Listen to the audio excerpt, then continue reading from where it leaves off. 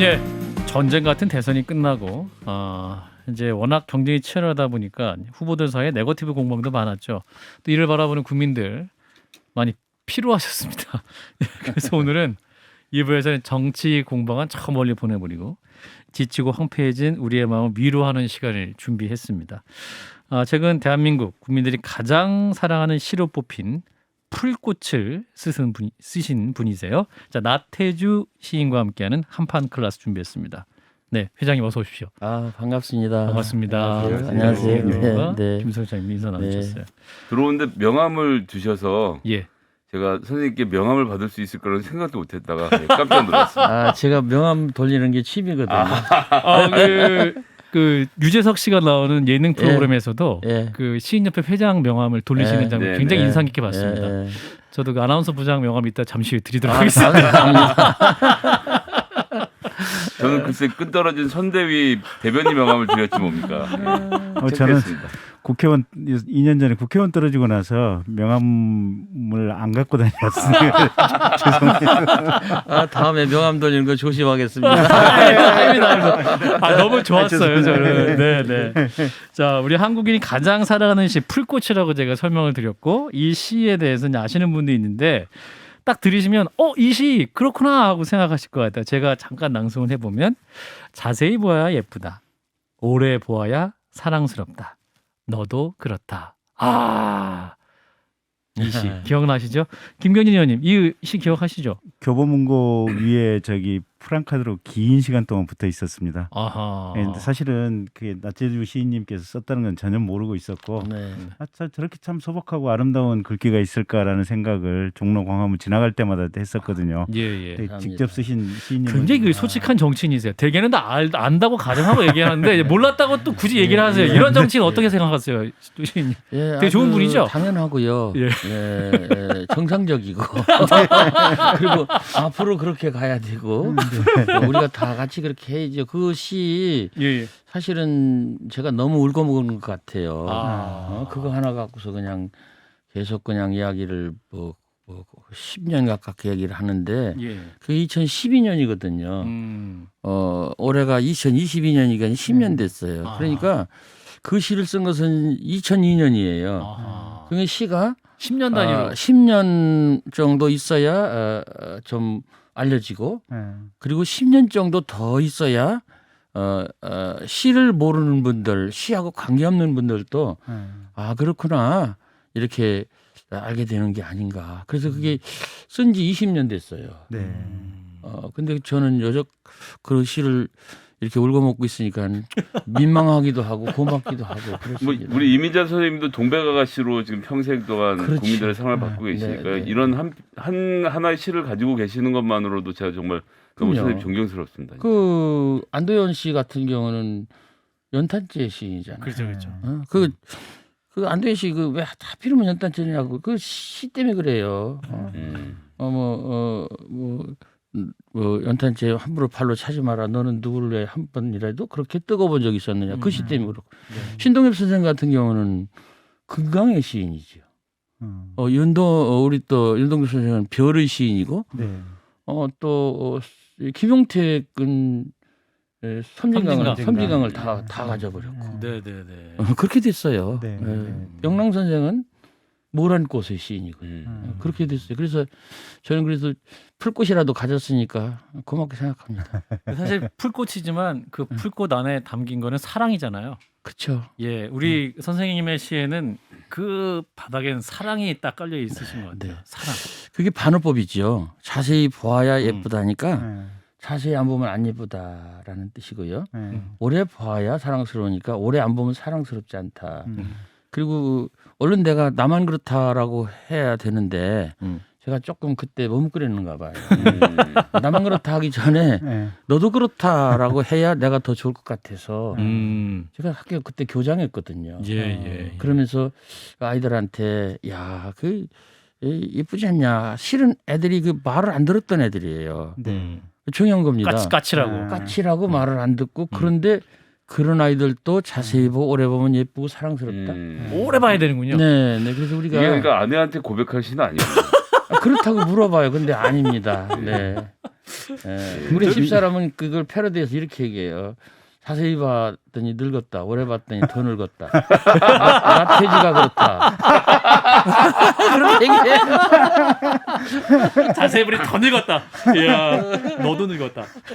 아니 근데 저런 건 있어요. 이게 뭐 맥락이 맞는지는 모르겠지만 사실 그 집 부인하고 결혼하면 처음에 부인이 해주는 반찬 때문에 미쳐버리거든요. 너무 맛있어서? 맛이 없어서.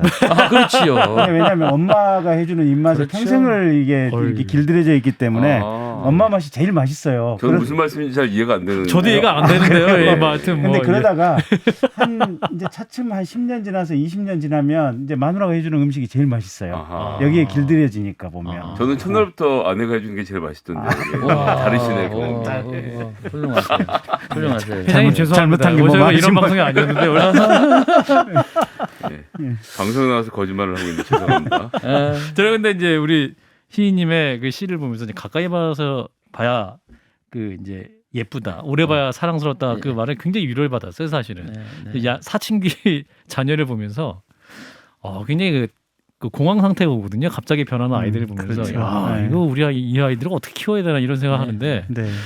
이 시를 보면서 이게 사랑에도 뭔가 인내가 필요하고 그런 게 필요하고 노력이 필요하다는 걸 시를 통해서 조금 알게 됐어요. 그리고 우리가 이제 현재 우리 젊은 친구들이나 우리 국민들 전체가 제가 뭐 할 얘기는 아닙니다만 글 쓰는 사람 입장에서 보면 자존감이 많이 떨어져 있다. 자존감. 자존심은 다른 사람이 나를 보는 나의 모습이고 자존감은 내가 나를 보는 모습이거든요. 그렇기 때문에 내가 나를 봤을 때 내가 제가 표현한다면 쭈그러진 깡통처럼 보이는 거예요. 밖에서 다른 사람을 보일 때는 내가 그저 그럴듯하고 이렇게 높아 보이고 번쩍거리는 것 같은데 실제로 돌아와서 자기를 볼 때는 와 오늘은 나는 아주 또 오늘 또 망했네 별로대야 이렇게 생각하니까 자존감이 떨어지는 거죠. 그래서 그 얼마나 이 자존감이 떨어진 사람들을 이렇게 올려주느냐 이게 우리 같이 시 쓰는 사람들의 몫이라고 생각합니다. 그러니까 우리 시인님 이제 이렇게 벌써 정년퇴임 하신 거죠. 15년 전에. 네. 그러니까 저는 지금도 할머니 생각이 나는 게요. 잘하든 잘못했든 할머니는 너는 잘 될 거다. 너 하는 건 무조건 옳다. 잘못했어도 그렇게 얘기를 해주시거든요. 손주를 바라보면서. 네. 근데 그게 시간이 지나서 지금 생각해 보면 제 내면에 큰 힘이 됐던 것 같아요. 보면. 이게 사랑이 담겨져 있는 말, 사랑이 담겨져 있는 구절 이게 보면 안에서 자기 내면에 힘이 생기는 이게 에너지고 자양분이. 할머니가 시를 항상 써주셨군요. 우리 손주를 향해서. 할머니가 제 마음속에 시의 자양분이죠.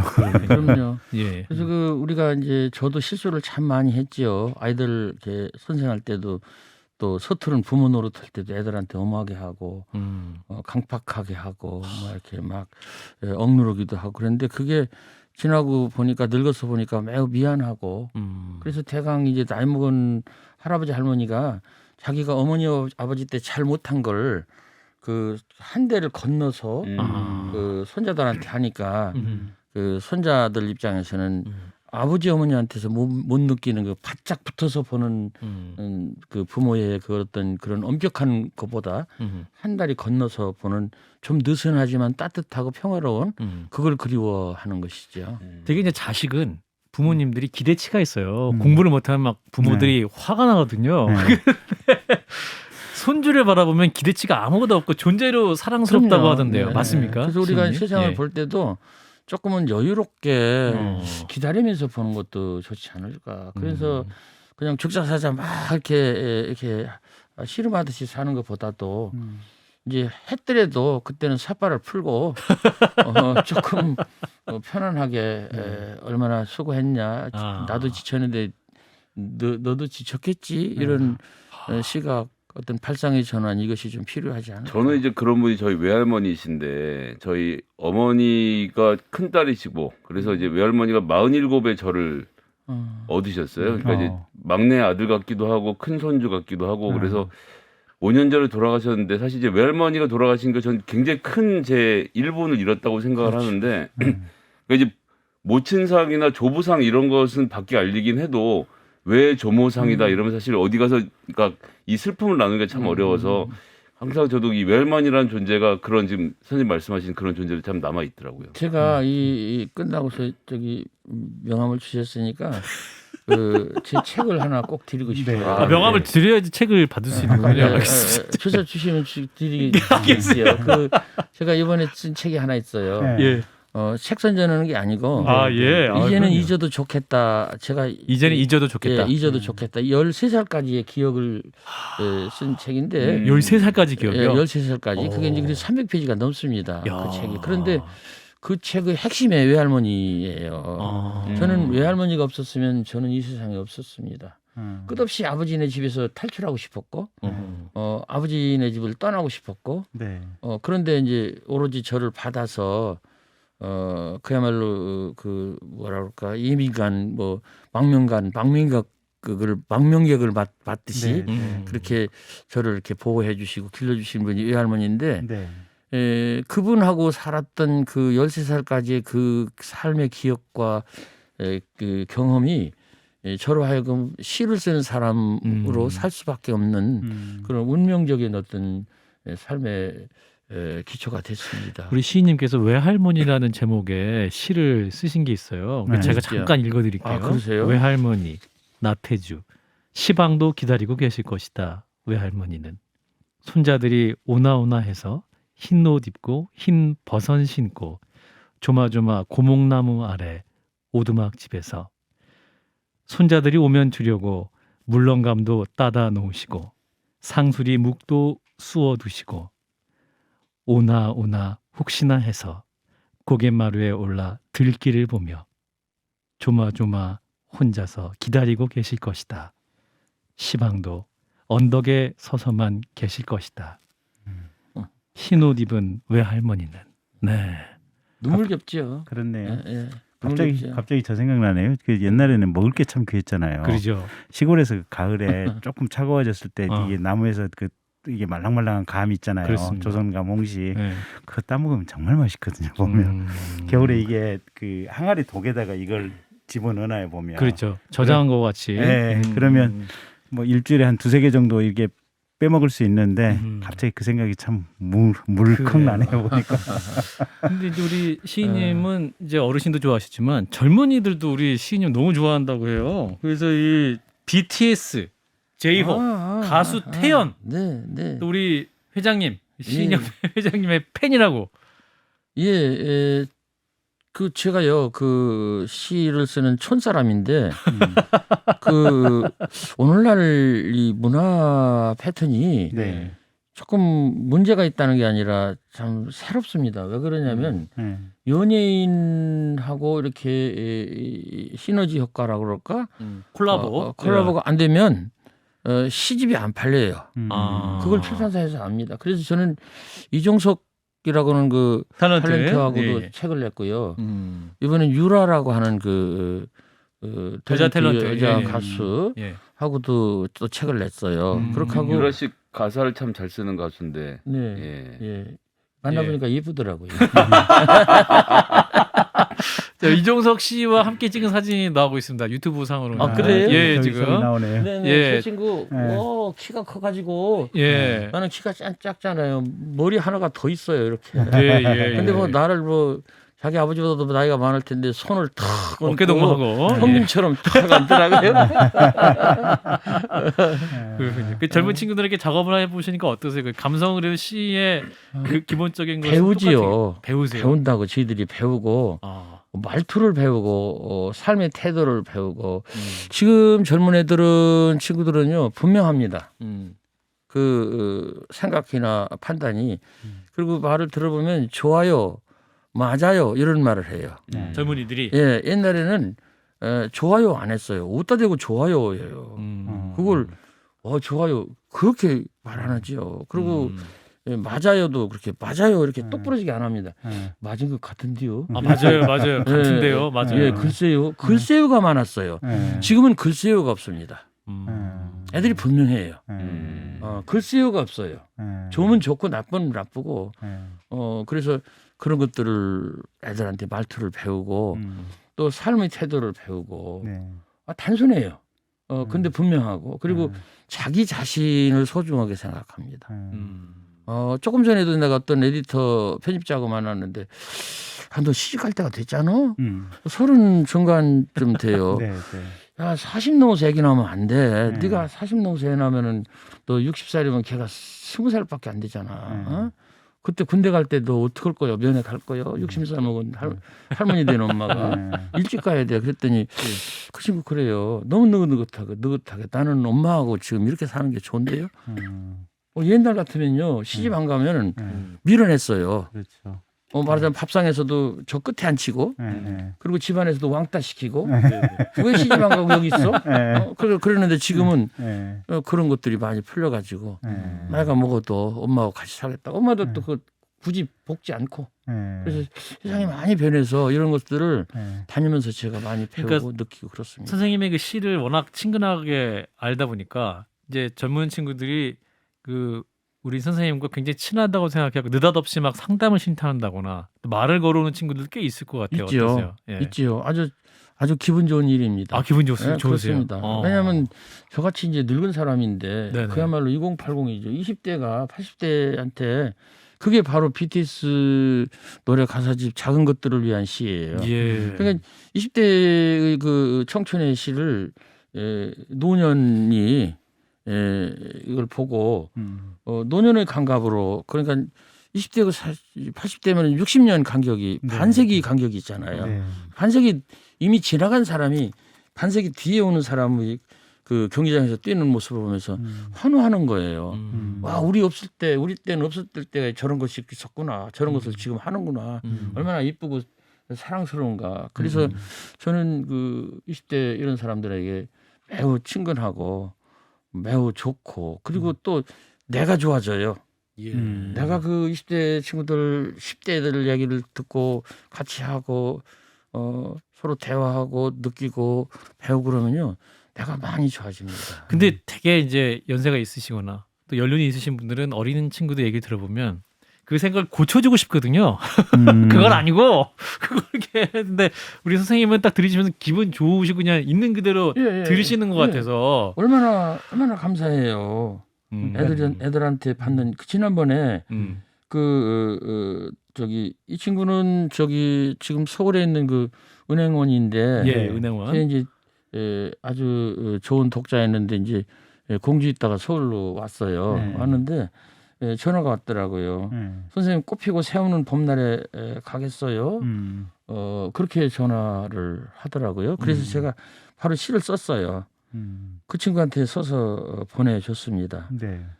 그래. 네. 꽃피고 새우는 봄날에 만나러 오겠다는 말에 나의 대답은 그래. 그래란 말 끝에 그렁그렁 맺히는 눈물방울 보고 싶다. 많이 그리고 고마워. 이렇게 써서 보냈어요. 이거 이 사람 그 문자 메시지로 보냈어요. 네. 그랬더니 대뜸 와 멋진 시 슬픈 시 한 편이 우우 선생님 곧 갈게요. 이렇게 또 왔어요. 그러니까 나는 그냥 기분이 좋은 거예요. 너무 감사하고. 예. 그래서 아니, 그 친구가 나한테 시를 하나 준 거예요. 아니 그 말씀하시니까 전 이제 고려대학교를 나왔거든요. 예. 근데 고려대학교에서 한 3km 가면 경희대학교가 있어요. 아 있죠. 근데 경희대학교 학교 내에 캠퍼스 안에 꽃이 봄에 되면 너무 이뻐요. 거기 이제 벚꽃, 목련, 뭐 개나리 해가지고 캠퍼스 예쁘죠. 예, 특히 그 저 미술대학 사범대학교 미술대 사이길이 대단히 꽃이 이쁜데 네네. 그 연례 행사처럼 저는 경희대 벚꽃 봄 벚꽃 보시러. 구경을 저녁에 꼭 한 번씩 가요 봄에 일부러. 이제 누구랑 같이 가서 소맥 한 잔 거기 이제 잔디밭에서 할 수 있으면 최고지만 안 되면 저 혼자라도 가요 보면. 근데 선생님 시 갑자기 그거 보니까 지금부터 한 3주 후쯤이면 아마 경희대 벚꽃이 아마 가장 만개할 텐데 올해도 네. 반드시 가야겠다는 생각이 좀 드네요. 그렇군요. 네. 그래요. 세월이 아무리 이렇게 뒤숭숭하고 와 그놈 그 산불이 또 우리를 또 덜컥 그렇게 했는데 예. 작년에 원치에 비가 안 왔대요. 예. 저한테 이제 그래서 보로샘물을 가물었죠. 보내주는 예. 그 울릉도 친구가 있는데 그 2월 말에 오는데 3월 때도 안 왔어요. 네. 이유는 날씨 탓 비가 아, 눈이 안 와서 물이 안 올라오는구나. 그렇다. 네. 그래서 이제 그러는데 뭐 그렇다 하더라도 봄은 올 테니까 그 봄을 맞이해서 우리가 좀 푸근하고 아름답게 이렇게 편안하게 푸르게 잘 싱싱하게 살았으면 좋겠습니다. 팬들과 이제 마주 보면 사인도 해주시는데 대개는 이제 마주 보면서 사인을 하는데 우리 선생님은 옆에 앉혀놓고 이게 또 사인해 옆에서 주시는. 이렇게 앉는 것이 굉장히 좋습니다. 아 그러세요? 태강 이렇게 옆에 이렇게 앉아 있으면 동료 같은 수평적인. 형제 같은 이런 느낌이 있고 예. 여기는 뭔가 이제 약간 문초당하는 것 같고 검사 출신. 검사 출신. 예. 예. 죄송합니다. 뭐, 문초당하는 것 같고 부드럽게 말씀하시는데도 네. 그리고 대립하는 것 같고 네.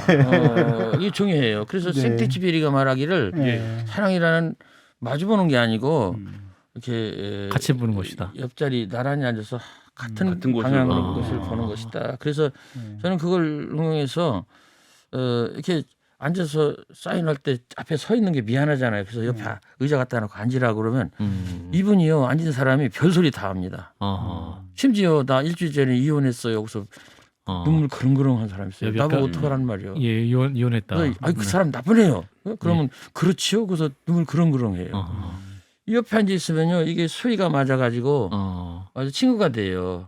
아주 좋은 거라고 난 생각해. 그래서 나는 의자 2개 꼭 해달라고 그래서 옆에도 앉죠. 그리고 가능하면 길게 써줍니다. 아하. 이 손가락이 좀 아프지만은 저는 글씨를 좀 많이 써서 이제 여기 류마티스 관절염이 생겼어요. 5,000장 쓰셨잖아요. 네? 예, 작업을 네, 많이 써서 예, 예. 그런데 그래도 가능하면 많이 써주고 그리고 그 사람들한테 얘기를 해요.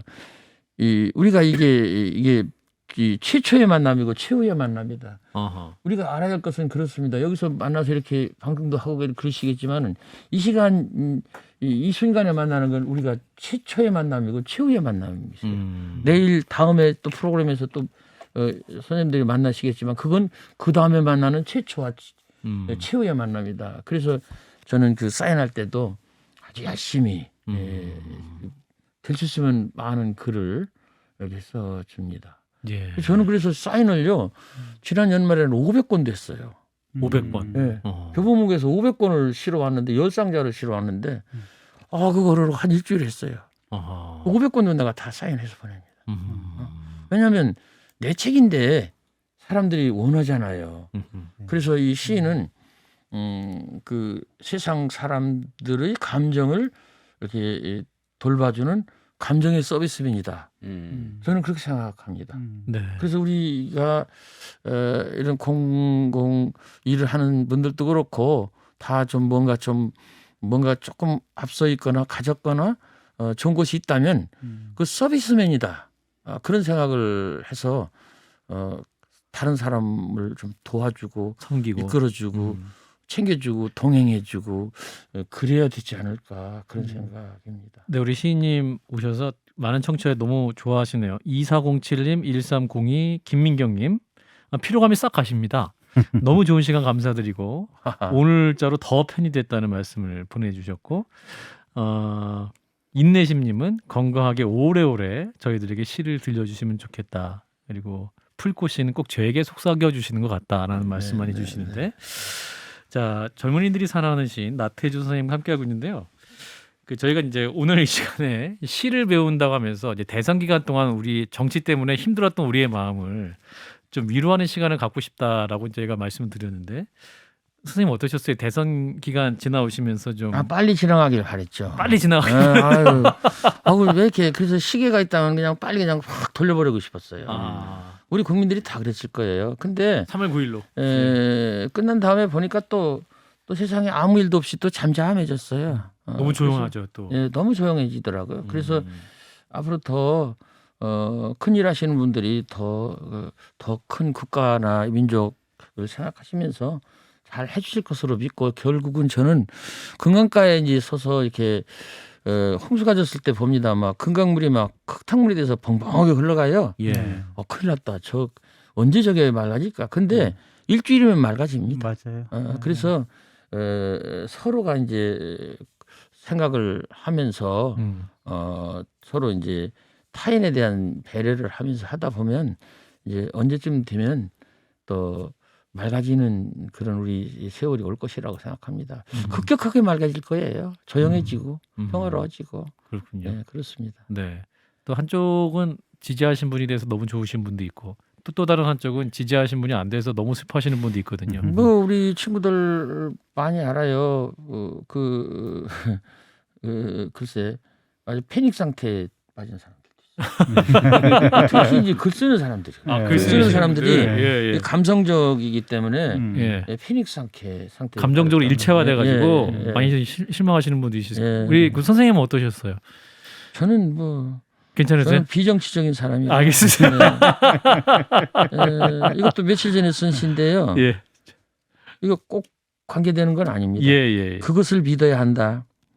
별은 아슬하고 멀어 가질 수 없고 가까이 갈 수도 없다. 그렇다고 별이 없다고 말하거나 별이 소용 없는 것이라 말해서는 안 된다. 가슴 속에 별이 있는 사람과 별이 없는 사람은 전혀 다르다. 적어도 가슴 속에 별 하나 숨기고 그 별의 안내를 받으며 살아가는 사람의 삶은 달라도 무언가 많이 다르다. 가슴속 별을 따라가면서 살다 보면 언젠가는 그 자신 별이 되는 순간이 끝내 오고야 말 것이다. 그것을 믿어야 한다. 하늘이 흐리다 해서 별이 없다고 말해서는 안 된다. 저는 이 시간에 이제 별이 가까이 온 사람도 있을 것이고 예. 별이 좀 멀어진 사람도 있겠지만 예. 누구에게나 별은 있다. 음. 그리고 날이 흐렸다고 해서 비가 온다고 해서 별이 없다고 부정하지 말자. 언젠가는 별이 오고 때가 되면 기다리면 기회가 되고 좋은 것이 올 것이다. 그런 생각을 나는 언제나 합니다. 예. 가슴속의 별. 자, 여러분의 별은 어떤 것입니까? 자, 약간 분위기를 깨는 말이긴 한데요. 예.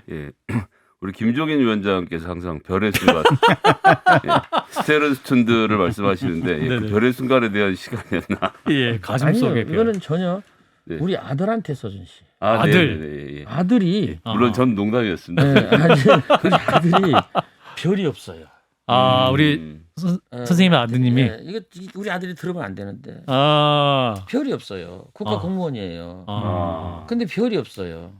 별이 없다는 것은 아버지한테 안 보여주는 걸 수도 있어요. 제가 아마 별을 가려서 그러는지 모르겠는데 아버지가 너무 크시면 큰 것은 그것도 아니고 스스로 빛나기를 바라지 스트레스를 못할 많이 수 있어요. 받았을 거예요. 어렸을 때부터 그렇죠. 누구의 아들이다. 실제는 아버지의 좀 약간 삐딱한 아하, 정상적이지 않은 아하. 정신 상태와 생활 태도 음. 그리고 가난한 집안 뭐 이런 것 때문에 그런데 걔한테 내가 참 죄진 것 같아요. 내가 어려서부터 너한테 별을 안내해주지 못한 것이 많이 아프다. 내가 또 저기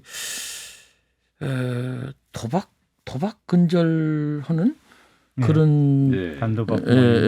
그런 모임에서 날 보고 또 시를 하나 써달라고 하더라고요. 그거 참 내가 어떻게 그걸 써줘요. 근데 썼어요. 예, 도박근절. 썼는데 도박근절. 이것도 우리 아들한테 미안한 얘기인데 우리 아들을 비대해 써줬어요. 아들. 예. 그 도박. 특히 이제 컴퓨터나 이렇게 그 어떤 오락. 오락 이런 걸 통해서 이거 인천 강연하러 가서 인천 터미널에서 1시간 동안 기다리는데 거기 화면에 그게 나오더라고요. 그래서 그걸 보고 거기서 썼어요. 네. 아들아 멈추어다오. 아들아 이제 그만 그쯤에서 멈추어다오. 지금 내가 가고 있는 길은 들길이나 산길이나 오솔길도 아니고 어둠의 길, 낭망의 길, 낭떠러지의 길이다. 내가 보고 있는 빛은 진짜의 빛, 생명의 빛이 아니고 그 반대의 빛이다. 아들아 그만큼 그 자리에서 멈춘 다음 발길을 돌려다. 밖으로 나와 시원한 바람을 쏘이고 초록의 세상을 봐라. 작지만 크고 가난하지만 넉넉한 세상이 바로 그 세상이다. 너의 어리석음을 굳이 나무라지 않으마. 지금까지 오류를 탓하지도 않으마. 인생에서의 지름길 빠른 길은 절대로 없다. 시작이 있으면 끝이 있는 법. 어디쯤 어느 때쯤인가 인생은 끝나게 되어 있고 짧은 한편의 연극같이 언젠가는 막이 내리게 되어 있다. 하지만 어떠한 인생도 부질없고 무의미한 인생은 없다. 길면서도 짧고 짧고서도 긴 것이 인생. 부디 내 앞에 주어진 짧고도 길고도 짧은 인생을 사랑해라. 그러면 그쯤에 멈출 수 있고 발길을 돌릴 수도 있을 것이다. 아들아, 너의 지혜를 믿는다. 너의 머리 위에 뜬 너의 별이 너를 잘 이끌어줄 줄 믿는다. 그래서 거기서 청탁한 사람한테 보냈어요. 예. 그래서 그 많은 좀 별을 그 흔들리는 청년들에게 발길이 이렇게 예. 팍팍한 청년들이 좀 별을 찾아서 자기 별을 찾아서 갔으면 좋겠어요. 지금 선생님 이 시를 우리 저기 40, 50대 가장들이 다 이를 악물고 받아 적은 다음에 본인들의 사춘기 아들들에게 보내고 있어요. 마음이 아파요. 예. 네. 사랑을 넘어 도박 근절을 위해서도 시를 쓰시는 대한민국의 가장 사랑하는 시인 나태주 시인과 함께하고 계십니다. 네, CBS 라디오 한판 승부. 네, 월요일에 오랜만에 한판 클래스 진행하고 있고요. 네, 우리 시인 나태주 선생님과 함께 시에 대해서 그 감성 나누고 있습니다. 그 아드님 얘기 많이 하셨는데 그 올해로 그 등단하신 지가 몇 년 되신 겁니까? 지금 51년. 1951년. 예. 71년에 하셨으니까 예, 51년이군요. 그리고 시를 쓴 것은 61년. 그럼 오래 썼어요. 예. 저는 그 16살 때 꿈이 있었는데 네네. 그게 좀 가당찮지요. 근데 저는 우리 젊은 친구들한테도 이야기를 해줍니다. 보이스 비 앰비셔스 뭐 이런 거 하지 말라. 소년이여 대망을 가져라. 그거 대망 가져서 뭐 할 거예요. 작은 꿈을 가져라. 저는 그 말 압니다. 그리고 실제로 북해도 내가 그걸 확인하러 가서 홋카이도 대학에 가서 보기도 했고 했는데 저는 16살 때 시인이 되고 싶었고 이쁜 여자한테 장가가고 싶었고 그리고 고향이 그 서천이지만은 떠나서 공주에 살고 싶었어요. 예. 그걸 위해서 저는 일생을 살았습니다. 아하. 지금도 시인이 되고 싶어서 계속 살고 있는 거고요. 우리 집사람 있을 때는 이쁜 여자 만났다고 그러고 없으면 안 만났다고 그러는데 그래도 저는 우리 집사람 같은 사람을 만난 게 인생의 큰 행운이다. 아까 외할머니 말씀 예. 김선생님 하시는데 외할머니 만난 거 하고 예. 집사람 만난 게 저는 인생의 큰 행운이다. 오늘 두 여성의 아침에 올 인생을 때 바꿨군요. 예. 그 집사람이 저 가방 매 가지고 예. 택시 타는 데까지 와갖고 예. 택시 잡아서 돈은 내가 내지만은 택시 잡아서 넣어주고 예. 잘 다녀와라 이렇게 이야기를 하는 집사람이 있어서 낡고 병들고 안 이쁜 여자지만 그런 여자가 참 나한테 있다는 것이 조강지처. 예, 그게 조강지처가 술찌개 미조자하고 쌀깨강이거든요. 예. 그렇죠. 술찌개미와 쌀깨를 먹으면서 젊은 날 힘든 날 팍팍한 날을 같이 넘긴 여자. 그래서 술찌개미 조자에다 쌀깨였거든요. 그러니까 보리밥도 아니에요. 쌀밥은 더욱 아니에요. 그냥 술찌개미하고 쌀깨를 먹으면서 근근히 이렇게 젊은 시절을 넘긴 아내가 조강지처잖아요. 그러니까 옛날 시골에는 이게 맛있는 거 먹을 기회가 없었죠. 그러니까 잔칫날, 잔칫날. 누구 동네에서 회갑잔치 하든지 네. 아니면 상갓집. 근데 이제 그때 가면 보통 이제 동네 분들이 다 모아가지고 이제 뭐 이게 전 지지고 뭐 계란 뭐 부꾸미 지지고 뭐 이런 거 하잖아요. 네네네네. 보면 그때 할머니나 어머니나 누구 가까운 분들이 있으면 몰래 슬쩍 오라 그래가지고 그쵸. 사과 하나 쑥 이렇게 해가지고 주머니에 쓱 넣어주시잖아요. 보면. 외할머니가. 네, 그러면 그거 몰래 가지고 나가가지고 이제 맛있게 먹잖아요. 근데 이게 어르신들 돌아가시고 나면 그런 게 그냥 현실적으로 없어지는 것 같아요. 네. 시골 고향집에 가도 할머니 돌아가시고 부모님 돌아가시면 이게 사실은 명절에 가면 뭐 바리바리 싸주시잖아요. 네. 보면 먹을 거나 뭐 고추나 뭐 이런 것들. 근데 사실은 그때는 귀찮았어요. 보면 젊었을 때 귀찮은데 나이 들어가지고 이제 이게 누가 싸주시는 분이 없어지면 뭐가 간뿐하긴 한데 뭔가 좀 허전해요. 그렇죠. 예. 저도 외할머님이 그렇게 예. 빈대떡을 잘 구워주셔서 명절마다 그 옛날엔 진짜 그 맷돌에 갈다가 나중에 전기 맷돌에 갈아서 이렇게 해주시곤 했었거든요. 그래서 돌아가신 다음엔 제가 전기 맷돌을 사서 제 할머니의 적통을 지금 이어서 빈대떡을 굽고 있습니다. 훌륭하세요. 갑자기 할머니 생각나네요. 네, 김성애 주부시군요. 아름다운 인생입니다. 예. 어떻게 살아도 인생은 아름답고 어떻게 살아도 인생은 의미가 있다. 그래서 저는 생각할 때 세상에서 가장 훌륭하고 좋은 가치는 생명의 가치. 생명. 두 번째는 사랑의 가치. 사랑. 그래서 살아서 사랑하자. 그 생각입니다. 저는 사실상 몸이 많이 불편한 사람인데 아. 아침에도 뭐 기독교 아니신 분들한테는 죄송한데 부처님이라도 좋아요. 오늘 하루 살려주셔서 감사합니다. 예, 오늘 저녁 6시 거기까지 잘 갔다가 이 자리로 다시 돌아오겠습니다.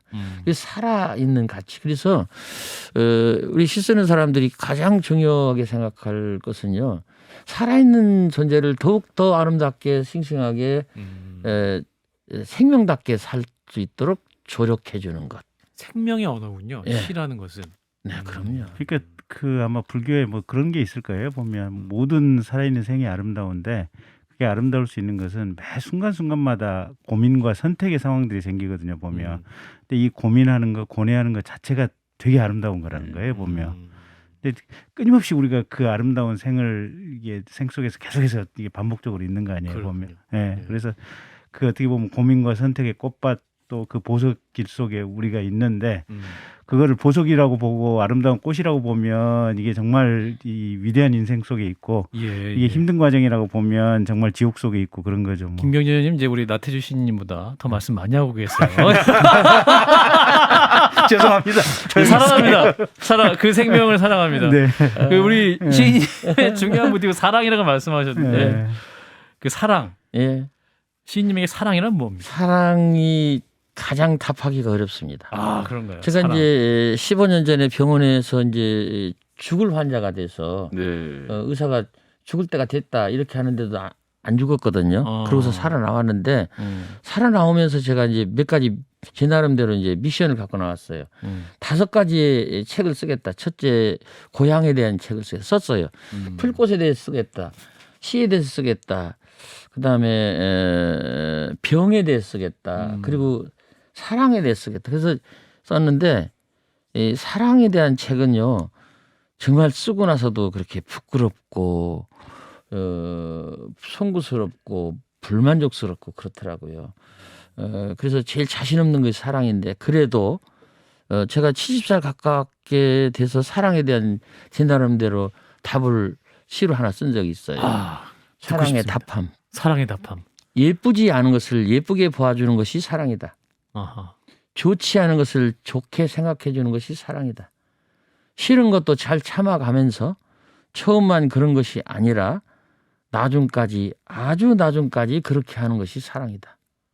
이게 제가 70살 넘어서 낸 사랑에 대한 고백이라고 그럴까? 솔루션, 해답 뭐 거기까지예요. 저는 정말로 사랑에 대한 얘기는 하기가 어려워요. 그런데도 저는 계속 사랑에 대한 시를 쓰거든요. 그러니까 예쁜 걸 예쁘게 봐주는 것은 사랑이 아니에요. 아하. 우리 할머니 말씀하셨는데 할머니가 우리가 꼭 이뻐서 이쁘게 봤었을까요? 안 이쁠 때도 마음에서 저 밑에서 나오는 그 어떤 측은지심 때문에 아이고 저 어린 거 불쌍한 것 안쓰러운 것 그래서 예쁘게 봐주지 않았을까요? 그렇죠. 그리고 꼭 좋기만 했을까요? 좋지 않은 것을 좋게 생각해주고 싫은 것도 왜 없었을까요? 잘 참아주면서 지금만 그런 게 아니라 나중까지 오래 그렇게 하는 것이 사랑이다. 그래서 그 사랑의 원형은 부모가 자식에게 하는 것이 사랑이 아닐까. 그래서 이 부모와 사랑, 자식과의 사랑을 회복하고 그걸 더 정진하고 좋게 하는 것이 저는 아주 중요하다고 생각합니다. 그렇군요. 예. 그 사랑. 그 사랑하면 또 남녀 간의 사랑 아니겠습니까, 선생님? 남녀간의 사랑은 생명의 근원. 생명의 근원이고. 예, 생명의 근원인데 이게 여기 어울리는지를 모르지만은 성인지 감수성이라는 말을 했어요. 네. 근데 저는 그렇게 살벌하게 하지 말고 그냥 타인인지 감수성이라고 바꿔서 말하고 싶습니다. 타인 인지 감수성. 예, 그래서 타인. 그래서 이제 우리가 살아가는 것은 늘 나만 생각하는 게 아니라 타인 시각으로 나를 보는 것. 메르켈 총리가 말했듯이 타인 시각으로 세상을 보고 사람을 보는 거죠. 저 사람은 지금 나를 어떻게 볼까? 저 사람 입장은 지금 어떨까? 나도 배고픈데 저 사람은 더 배고프지 않을까? 이런 생각을. 그래서 조금 앞서가는 사람은 뒤따라오는 사람은 너무 힘들지 않을까? 그래서 타인을 더 배려하고 생각해주고 그리고 그 자리를 좀 남겨주고 하는 이런 것이 정말로 사랑의 기초이고 이게 또 사회 생활에서도 이런 것들이 더 좀 좋아져야 된다고 생각합니다. 근데 우리 사람들이 진짜 자의식이 강하잖아요. 예. 그게 세상의 중심 나라고 생각하는데 타인을 어떻게 우리가 좀 더 고려할 수 있는 마음의 여유를 얻을 수 있을까요? 선거도 내가 이겨야 되고. 네. 하나지만은 네. 하나인 내가 유지되기 위해서는 나 아닌 모든 너의 도움 없이는 안 된다고 저는 생각합니다. 너의 도움 없이. 예. 그리고 또 나이 먹은 사람들이 해야 할 게 있어요. 내려놓기도 해야지만은 자기가 가진 것을 끝없이 다음 세대에게 좋게 내려주고 나눠주고 그리고 모르겠어요. 이게 또 내가 막 나가는 말인지 모르면 힘이 있거나 예. 돈이 있거나 네. 지식이 있거나 뭔가 좋은 것이 있는 사람은 조금씩 주변 사람들한테 이렇게 좀 나눠줘야 된다고 생각합니다. 아까 그 잔치 얘기를 했는데요. 우리나라 잔치라는 것은 그것은 말하자면 못 먹고 힘들고 그러기 때문에 나눠 먹기 위해서 하는 것이죠. 나누기 위해서. 나누기 위해서 하는 거죠. 그 핑계 대고 아하. 그게 이제 잔치, 제사 이런 게 나누기 위해서 하는 거거든요. 아하. 그리고 그런 동시에 잘 살고 잘 먹고 이런 사람만이 아니고 더 안 좋은 사람들한테 더 많이 이렇게 나누고 그러기 위해서 옛날에 대감이 가면은 상을 큰 상에다 넷이 들고 왔다 그럽니다. 예. 대접을 하는데 근데 대감은 거기서 조금 먹는다 그래요. 그러고서 그 상을 그 다음에 이제 다음 벼슬아치한테 넘겨서 먹고 그래서 저 밑에까지 내려가면 그 상이 바닥이 날 때까지 물려서 그 대감이 먹은 그 음식을 끝까지 다 먹는다 그래요. 제가 어디서 들었는데 예. 이런 나눔의 정신 그리고 다른 사람한테 이렇게 내려주고 양보하고 하는 이런 것이 말하자면 제가 생각하는 타인인지 감수성이라고 생각합니다. 근데 선생님 이제 궁금한 게 저 어렸을 때는 이게 도서관에 책 구경하기도 쉽지가 않았거든요. 그럼요. 예, 국민학교 시절에. 근데 요새는 뭐 유튜브랄까 세상에 온갖 지식들이 그냥 쉽게 접근할 수 있고 그냥 다 이해할 수 있어서 머릿속이 꽉 차 있는데 생각해보면 마음속에 순수함이랄까 뭐랄까 이렇게 조그만 들꽃의 보랏빛 가을의 그 색깔만 봐도 그 느낌이 있었는데 이제는 나이서 먹어서 그런지 아니면 머릿속에 가득 차서 그런지 그 느낌이 없어요. 이제 보면. 그건 나이가 드셔서 그런 게 아니고요. 네. 우리 삶이 바뀌어서 그렇습니다. 삶이 바뀌어서. 지금 아이들도 그런 것이 많이 없어요. 많이 없어요. 그래서 애들이 난폭한 겁니다. 그냥 막 급한 거고. 그거는 왜 그러냐면 우리가 이 도시 자연 도시 이런 속에서 균형이 깨져서 그렇습니다. 영국 속담에 그런 말이 있죠. 인간은 도시를 만들고 신은 시골을 만들었다. 그런 말이 있어요. 그래서 우리 부모들이나 어른들이 자꾸 그 어린 세대들한테 자연과 함께 그리고 약간의 어떤 생각을 기피해서 여유롭게 살아갈 수 있는 그런데 지금은 너무 바쁘고 너무 빡빡하고 너무 반짝이고 너무 외면이 너무 잘 살고 잘났고 그거를 그 방송이나 이런 매체들이 그걸 계속 보여주잖아요. 네네. 어쩔 수 없잖아요.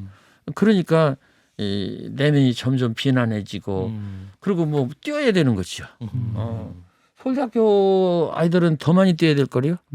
그래서 구름다리 카이스트나 서울대학 뭐 이런데 뭐 울산공대든지 구름다리 넘어서 나는 이제 됐어 여기서 쉬어야지 무슨 소리예요? 거기서부터 더 뛰어야죠. 그러니까 막 그냥 속이 타는 거죠. 그러니까 아무데도 쉴 틈이 없고 아무 때도 자기 안식이 없고 그러니까 막 삭막한 거예요. 김경일 의원님도 고대법대 가서 이제 검사가 됐거든요. 검사 때도 계속 뛰다가 또 정치인이 됐는데 또 계속 뛰다가 저기까지 오셨어요. 근데 간혹 가다가 이게 술 한 잔씩을 하면 네. 이게 이제 어느 순간에 약간 울컥한 느낌이 이제 뭐 요새는 많이 없어졌지만 그래도 최근 몇 년까지는 있었던 게 네. 가령 어렸을 때 아버지가 그 풀밭에서 수박 따가지고 이렇게 딱 하면 풀 냄새하고 이 수박 향내하고 묘하게 섞인 그 냄새가 있거든요. 네. 풀수박 냄새. 그다음에 가을에 이제 이렇게 국민학교 가려고 하면 가는 길에 이게 약간 쌀쌀하고 차가우면서도 코스모스 이렇게 흔들리는 이 모습들. 그다음에 이게 가을에 이 들국화의 보랏빛 색깔들 이런 것들이 하면서 그냥 마음속에 울컥울컥한 느낌들이 있는데 이제 그런 것들도 차츰 없어져 가는 것 같아요. 머릿속에 다 이제 이게 아닙니다. 그게 네. 재산이시래요. 예. 재산이시라고요. 그런 것이 있었기 때문에 앞으로도 더 좋을 수도 있고요. 그게 재산이다. 재산이시라고요. 예. 그러니까 그런 추억이 돈만이 아니고 재산. 그 이상이라고는 그 시인 소설가 그랬잖아요. 추억이 없는 사람은 마음이 가난한 사람이다. 그런 말을 했는데 추억이 참 정거지요. 그래서 그 추억을 어른들이 만들어 주신 거예요. 아까 빈대떡 말씀하셨잖아요. 네. 그것도 추억을 그렇죠. 어른들이. 그래서 인생을 제가 살아보니까 인생은 기억이더라고요. 기억. 남는 게 기억밖에 없어요. 아무리 그 훌륭한 인생을 살았던 사람이라도 끝나고 나서는 아무것도 없어요.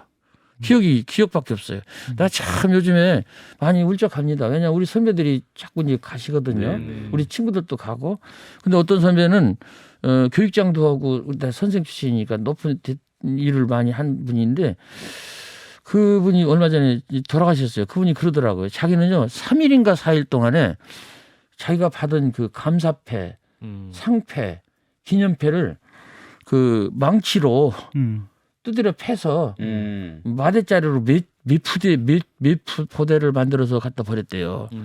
그게 말하자면 그때는 빛나고 아주 좋고 좋았는데 이제 당신이 이제 늙고 이렇게 정리를 하다 보니까 사진은 태우고 뭐 할 수 있지만은 이게 얼마나 그 좋은 재질에다가 그냥 해놓은 그 기념패, 상패, 뭐 감사패가 이렇게 했는데 이게 뒹굴어 댕기면 자기 이름이 밟힐 것 같고 쓰레기가 돼. 그래서 그냥 자기가 부셨다 그러는데 그 마음이 알겠습니다. 많이 아팠어요. 우리 이제 대한민국이 가장 사랑하는 나태주 시인님을 1분 후에 보내드려야 됩니다. 너무 아쉬운데요. 선생님 우리가 그래도 이러한 삭막한 시대 왜 시를 읽어야 되는가? 짧게 1분 말씀 주십시오. 네, 우리가 인간답게 살기 위해서 시를 읽어야 되고요. 그리고 우리는 감정을 가진 사람입니다. 그래서 그 감정을 우리가 아름답게 해야 되는데 바로 그 감정에서 행복이 오기 때문에 우리가 행복해지기 위해서 시를 읽는 것입니다. 그리고 우리는 살아야 돼요. 살려면 시 읽어야 됩니다. 우리의 메마른 감정, 네. 우리 메마른 사랑, 우리 메마른 생명을 역동시키기 위해서 예. 우리는 책꽂이에 있는 시집을 꺼내서 예. 다시 그 시 세계로 들어가라라고 오늘 나태주 시인께서 말씀을 해주셨습니다. 많은 청취자들께서 너무 귀한 시간이었다 말씀을 주셨는데요. 오늘 먼 걸음 귀한 발걸음 다시 한번 깊이 감사드리겠습니다. 한판 클래스 나태주 시인과 함께했습니다. 고맙습니다. 네, 특별한 분 뵈주셔서 고맙습니다. 감사합니다. 네.